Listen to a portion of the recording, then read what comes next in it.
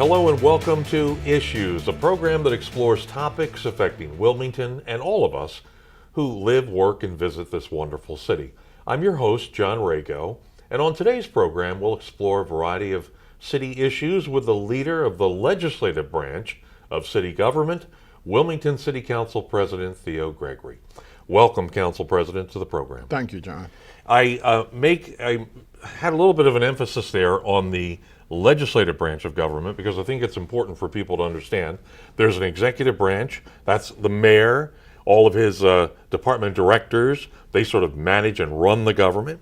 And then there's the legislative branch, of which you are the head, and that legislative branch has an important function, which is appropriating money.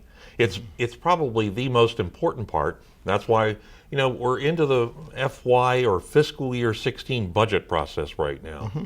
Let's talk a little bit about this important task of appropriating money. It's a very important one. Absolutely. Yeah. Mayor presents the budget, and we look at the revenue projections and scrutinize whether we think they have sufficient validity. It's not a lot we can do in scrutinizing, but we do. We look at all the various categories that the mayor's appropriated money in, and we, based on previous year's performances and projected into the future in the year coming up, we make cuts, or we may add money. But usually what we're doing is we're making cuts to ensure that the budget is appropriate.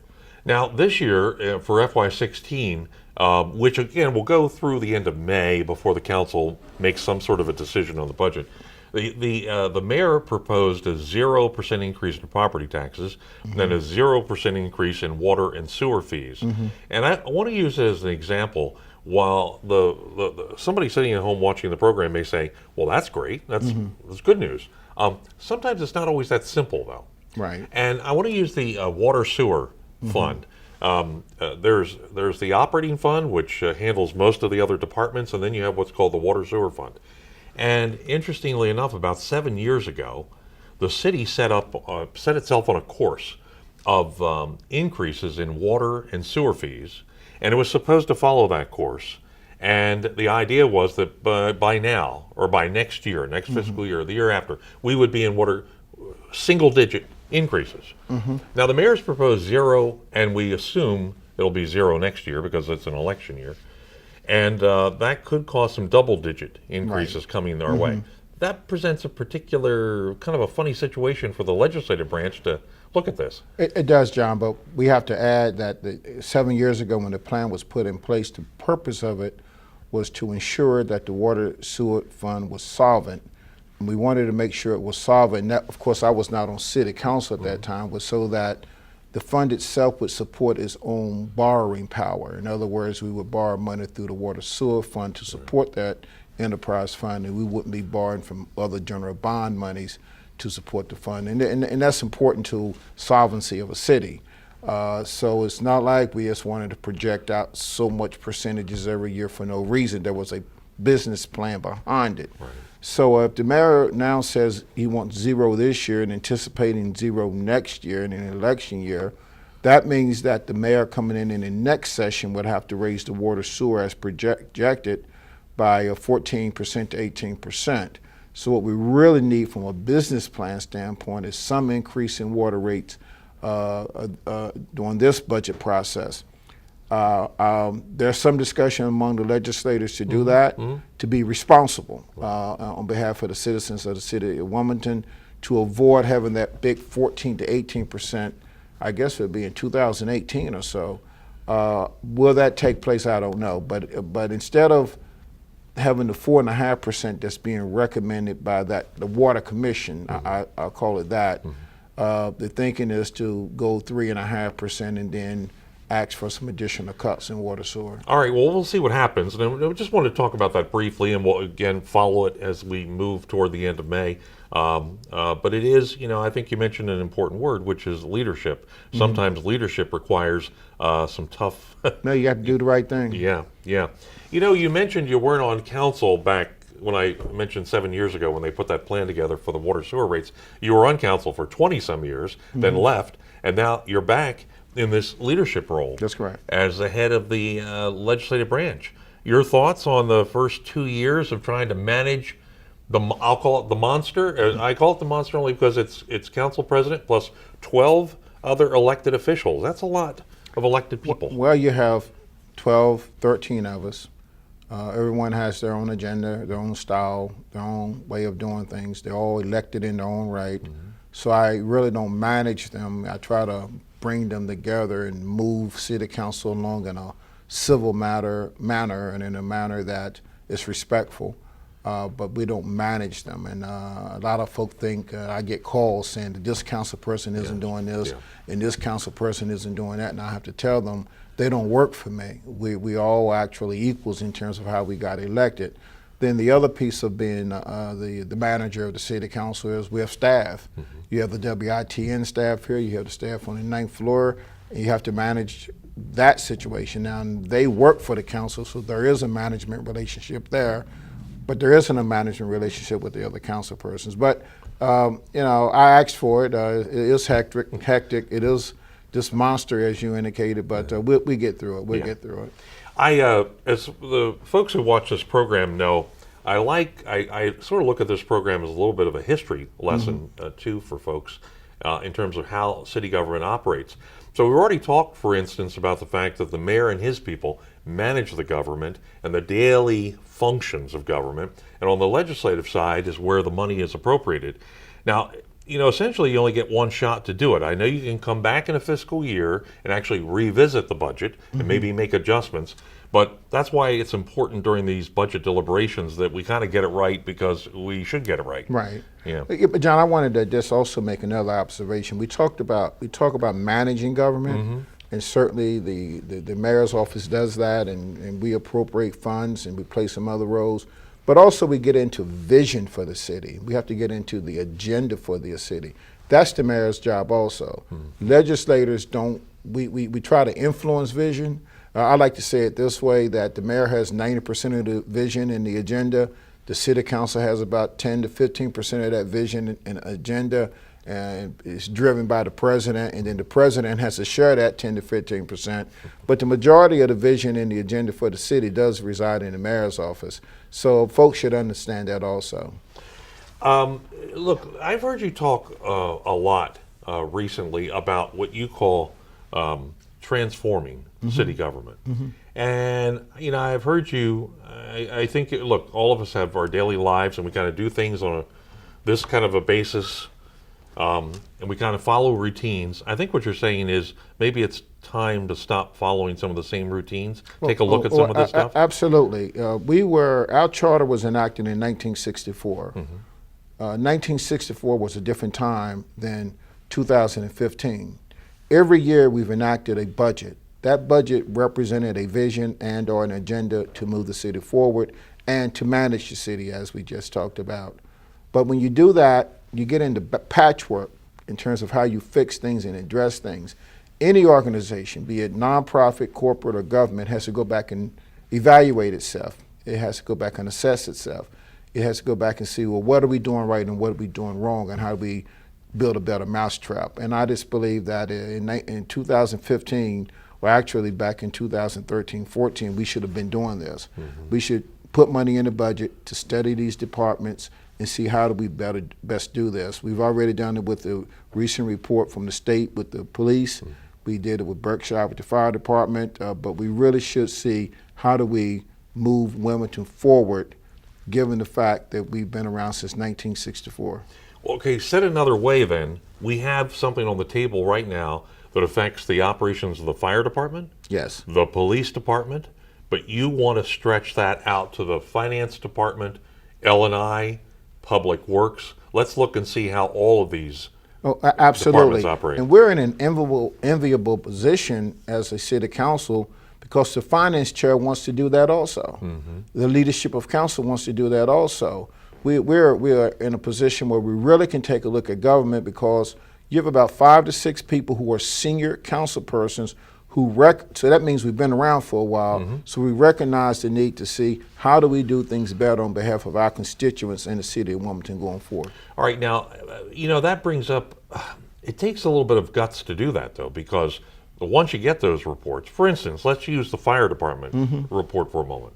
That was pretty hard hitting. That said, you don't need as many firefighters as you currently have. You may even be able to go down by one the number of firehouses you have. I mean, there was a lot in that report. Obviously, it stirred up controversy. Did it say firehouses or a company? Companies will make that distinction. But a house is not a company. You're absolutely right. And so I don't want anyone to think that a house would be lost geographically in Right. any part of the city. Right. And losing a company is not that big, because under the Baker administration, through rolling bypasses, we started to do it Right. every day anyway, where you take a company out, and a company would be an apparatus, that being the ladder truck or the suppression unit, but some unit would come out every day. So you do have that under this administration. They went from rolling bypasses to, I think, discretionary intermittent bypasses, and I think they're still doing it. So we close a company now, and that would save us about $1.2, $1.4 million, and it would cause us to, through attrition, we're not talking about firing anyone, it would cause us through attrition to reduce the fire department by 16 persons. With that, you have to assume that they're the higher paid firefighters also if it's through attrition. So we could pick up some assets there. We could shift them to public safety, and to the police department. We could shift them other places, or just not shift them anywhere. Right. It's just money we would pick up so that we don't have to raise folks' taxes because we pick that money up. And all of that the council president just talked about, by the way, is done without in any way harming the public safety for citizens. That's what the report says, and I believe in the report. All right, and we're going to come back in a minute, and we're going to talk a little bit more about transforming government. We'll talk about the new police, it's called the Crime Strategies Report. We'll talk a little bit about that, and we'll continue our conversation with our Wilmington City Council President, Theo Gregory, when Issues continues in just a moment.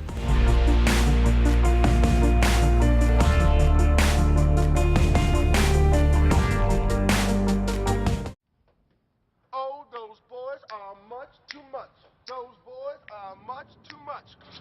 We got the spirit. We're hot. We can't be stopped. We got the spirit. We're hot. We can't be stopped. We're going to beat them and bust them. The smallest moments can have the biggest impact on a child's life. Let's get a little bit rowdy. R-O-W-D-Y. Take time to be a dad today.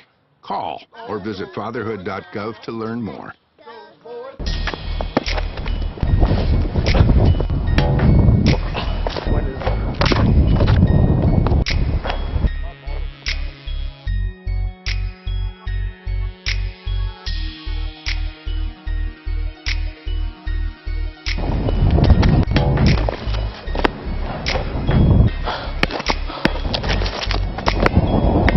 Hey, man, what's up? Yo, even if you off your game, yo. See, told you shouldn't never smoke that cigarette.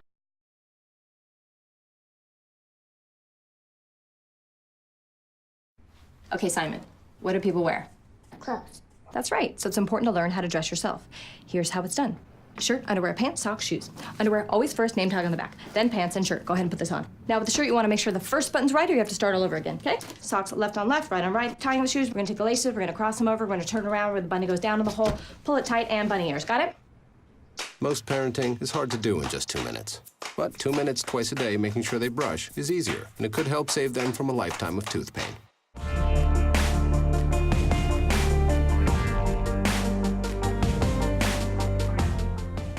And we continue with Issues, and thanks so much for being with us today. Our guest is Wilmington City Council President Theo Gregory. And in the first part of the program, Council President, we've had an opportunity to explore a little bit about the difference between the legislative branch and the executive branch of government. We also got into some of these reports that are out there that kind of tell us a little bit more about government. Recently, and because it is a subject that comes up a lot when you're out in the public, and all of us having anything to do with government, it's crime. Absolutely. What are we going to do about crime? We have a report from what's called the Crime Strategies Commission. Pretty comprehensive report. Your thoughts on the report? I don't look at the report as being dictating to the city as to how it should police. I believe that is a report that came to us as partners with the state through the governor and through our local delegation, where they provide us some resources for a study. And I believe we should take that study seriously, and to the extent possibly we should implement most, if not all, of the elements in the study. I can say that now, but of course there needs to be a working group, in my opinion, between the legislative branch and the mayor's office to take a look at it, because it does require some assets or resources to be allocated. It may have some union implications. So the mayor in isolation can't make those decisions. The mayor should be making those decisions with city council, with some kind of a working group, and of course a public safety chair would be on that committee, the finance chair would be on that committee, myself. We would staff it with the appropriate people from city council, and we need to sit down and go through. I saw where the paper reported that between the 21st of this month, I think in June, they're going to decide what they're going to move forward with and what they're not going to move forward with. This is the administration. The administration, yeah. That's right. But we should be a part of that dialogue, because there are financial implications, there may be union implications and other implications in the city. There may be space implications. For example, internal affairs, they recommended it come out of the police and located elsewhere. Where is it going to be located? What are the financial implications of that? We need to know all that. You know, it's interesting that you started off when we had this discussion making the point that this report is not anyone forcing us to do anything.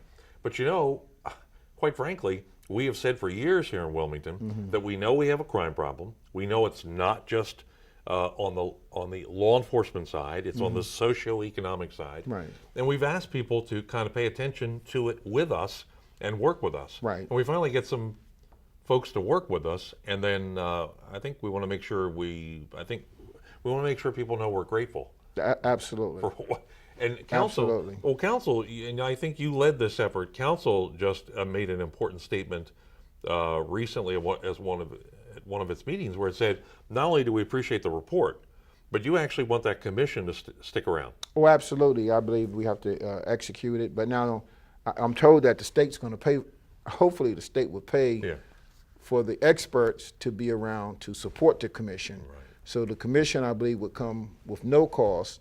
But I do believe that the commission is going to have to interact back with the experts that were here. But yes, the commission should be here. All right, and you know, for those watching the program, we really do have a plan for the first time in a long time that it gets into everything. And then I'll get off on some other subjects. But on this crime strategies report, I mean, it gets into everything in terms of the operation of the department, how the officers are actually formed or deployed, if you will, and how they respond to crime.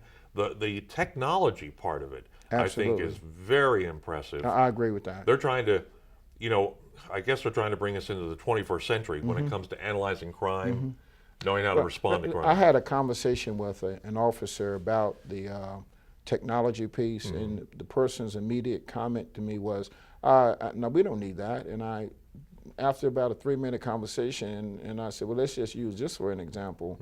And the person was younger than me, and I said, well, we both have cell phones. How much of the technology on your cell phone do you know? And the person looked at me. I said, probably 25%. Yeah. And if you say 25%, you probably only know 15% because there's so much more to it. Therefore, you have to bring someone in to tie all that together and to make sure that we're optimizing the use of our technology to fight crime in the city of Wilmington. I think that's very important. Yeah. So if we say we're doing that now, I would venture to say we're not doing that now. We need to look at it and make it better. Yeah. You know, that reminds me of the phrase about if you continue to do the things the same way over and over again, you keep on making the same mistakes if you don't open your mind a little bit. Same results, that's correct. Look, before we lose time here on the program or run out of time, education. Let's talk about education for a moment. You say a lot that when we get into those, not just the law enforcement issues regarding crime, but those socioeconomic issues, rising to the top is education. These, the fact that we're still not setting up our young people at an early age or even into their middle years, it doesn't appear to get a good education. I know you're working with some folks on some things. I'm involved with an informal education think tank. We have some good folk around the table. We participated in the governor's task force by making recommendations and suggestions. In 1978, we had desegregation, and there are a lot of unfavorable, unintended consequences that came out of that that impact the city of Wilmington. We, as a community, in my opinion, should have a voice in educating our kids. It's kind of interesting, and when you start talking about education, there's a big debate right now about everyone who's opting out individually from taking that standardized test, which wasn't publicized that you could opt out. So I believe that the city of Wilmington has to have knowledge with respect to education, and they have to understand education, and they have to have a voice in education. I'm in favor of creating an Office of Education and Public Policy. How we would fund it is yet to be seen, but we should have a think tank that's paid so that we are players. Let's look at what's going on in education. Federal government, state, Rodale Foundation, the Cesar Rodney Institute, and a lot of other folk out there. But I can't mention the city of Wilmington as a formal entity participating in education. We should be a formal entity participating in education in some fashion. I truly believe that. It seems. And it doesn't mean we will be in opposition to anybody else. Sure. Doesn't mean that. Right. Doesn't mean it's adversarial. It means that our voice is being heard with respect to some of the nuances that we think are needed with respect to educating kids from the city. Now, some people will think right away when you say the city needs to be involved in education, some will revert to well, we have to have our own school district. But look, if that can't happen, I think you and the others who are working on this education issue are trying to get us to a point where the city of Wilmington can have a voice. Do you think it will actually, do you think we have a good shot? I think there's political will to do it at this point in time. I think we are positioned as best to do it in a long time. I'm optimistic. It's going to take political will from the General Assembly to create enabling legislation for us to be able to raise some real dollars to fund the office. We can create the office now, and it's just that it would be unfunded. Yeah. So we have to find a way to fund the office. Yeah. You mentioned when you were going through the players in education, and you said, Fed, state, where's the city, of course. But we set up these, the testing system for these children, and I think deep down they're set up with the idea that we need we need to try to figure out somehow how well the kids are learning, and yet at the same time, and this is where the opt-out movement is coming from. For something that was set up probably for the good of the children, actually is to the detriment of the children, because I think so many of them kind of lose, either their charter school closes or something happens to the education system that they like or they're growing in because they didn't hit that particular mark that they have to hit. I think you have to measure growth some kind of way, but the problem we've had is that the tests are inherently flawed. We've gone through DSTP, Right. DCAS, Smart and Balanced. I'm told they're getting ready to do another one, all in, I'm going to say, less than a decade, and I think the period has been smaller than that. So you tell me, I take a test and you say that test said that you measured at this level, and then the next year the argument is we have to spend millions of dollars more for the next test. There's just something inherently wrong with that. Yeah. I believe that I worked at legal aid, and one of the ways that you decide whether legal aid is doing what it's supposed to do is a peer review. You have other legal aids that come in and they do this checklist. And the whole thing there is, are you providing adequate legal services for this community? That's what they're looking at. You can't decide whether or not there's a win-loss record to decide whether you're effective or not. It's whether or not you positioned yourself to provide appropriate legal services. I think we need more of that in education. Absolutely, and we have things that are still out there in addition to the actual achievement levels of our children. The dropout rate, the suspension rate, the disciplinary problems that we continue to have in our schools. Okay, well, you're working on it, and you're right there in the mix with those who are trying to make the changes. Let me switch over to another topic, which now this is our city's growth, how we handle growth in neighborhoods, and so on and so forth. We can't grow our city. In other words, we can't expand our borders. We have no annexation powers. So it's pretty much the land we have and what we do with it. And so two things. I know you've been instrumental in what's called the Downtown Development District. Right. And also in a very important initiative which is called Land Bank. Right. So let's start with the Downtown Development District, talk about that briefly, and then go to Land Bank. But since we can't expand our footprint readily because of the way the annexation laws are, and because even if we had the laws, there may not be a willingness to allow us to annex. Right. Now we have to find a way, how do we get more people into the city? At one time, I believe we were a city, what, 120 or 140,000 Oh yeah, people? even probably larger than that, closer to 140,000. Yep. So we can accommodate up to 140,000 people. Sure. Right? If they were here before. Sure. So how do we get more people to move into the city, to be a part of the city? The Downtown Development District, which it has diverse communities we're trying to address to bring folk back from artists as a new population to old populations and new folk moving in. That's very important to what we try to do. I think the Riverfront Development Corporation has brought a whole different population in. East Side Rise, the development that's taking place over there.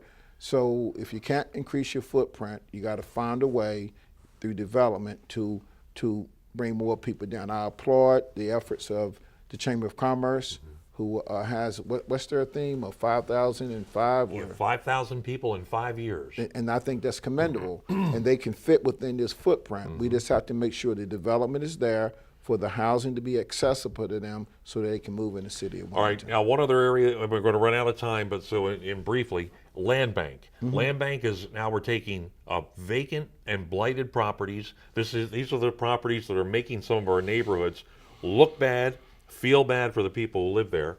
But you have a great initiative that you're leading. But let me do this, because sometimes things get lost in translation. We are not taking in terms of eminent domain. Right. That's the pushback I get. Yeah. It's property that's sitting there, blighted, going nowhere, that we want to go in.